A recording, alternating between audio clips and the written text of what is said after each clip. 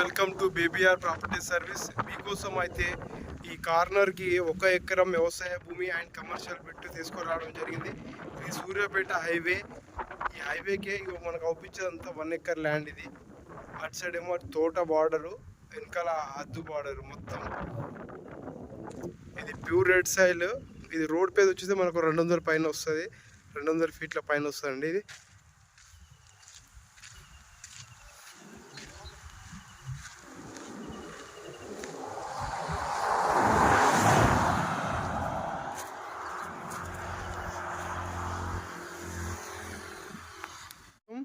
One acre వ్యవసాయ భూమి commercial bit. ఇది టోటల్ ఇది బాగా ఫ్లోయింగ్ ఉండే దారి. ఇది